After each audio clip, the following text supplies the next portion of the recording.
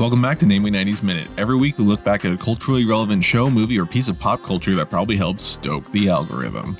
This week, in honor of Macaulay Culkin getting his star on the Hollywood Walk of Fame, we're looking back at his best-known film, Home Alone.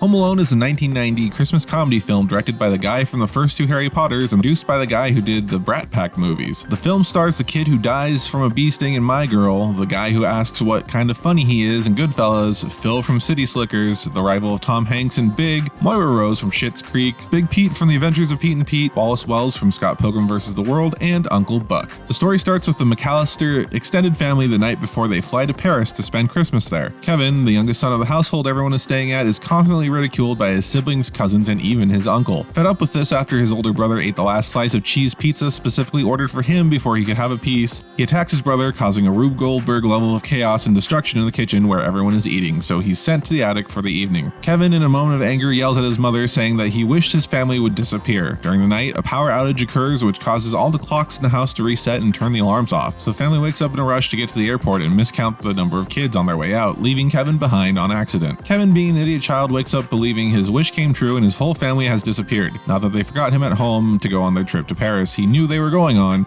all because the cars are still in the garage as the family took shuttles to the airport. Kevin enjoys his newfound freedom aside from getting scared by their old man neighbor who's rumored to be a serial killer by his idiot older brother. Then the wet bandits, Harry and Marv, who have been scoping up the neighborhood and hitting houses whose owners were on vacation, set their sights on the McAllister household. Kevin manages to scare them off at first by building a very complex shadow puppet party out of cardboard cutouts, mannequins, a toy train, and ropes. Mid-flight to Paris, Kevin's mom realizes he isn't with them, and once they land in Paris, they find that flights back to Chicago are booked for the next 2 days, and the power outage from before also took out the phone lines, so she books a flight to Scranton, Pennsylvania, where all flights to Chicago are also still booked. So she and the leader of a polka band rent a U-Haul and drive back together. Meanwhile, on Christmas Eve, Harry and Marv plan to break in and rob the house after discovering Kevin is on his own, so like the little psychopath he is, he sets up enough booby traps to put Jigsaw to shame. After torturing the robbers for a good third of the movie, Kevin ziplines from his room to the treehouse and then runs out to one of the empty houses on the street where he gets caught by the robbers until his scary old man neighbor hits them with a shovel and takes Kevin home, where he leaves him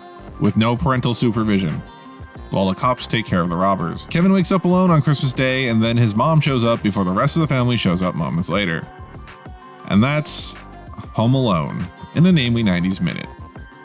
More or less. Join us again next Tuesday for another Namely 90s Minute. Remember, you can always hear these a day early in full episodes of Namely 90s on all major podcasting platforms. And most of the small ones too. Please subscribe and do all the other YouTube things. Bell ringing, share, like, subscribes, that sort of stuff, and we'll catch you next time.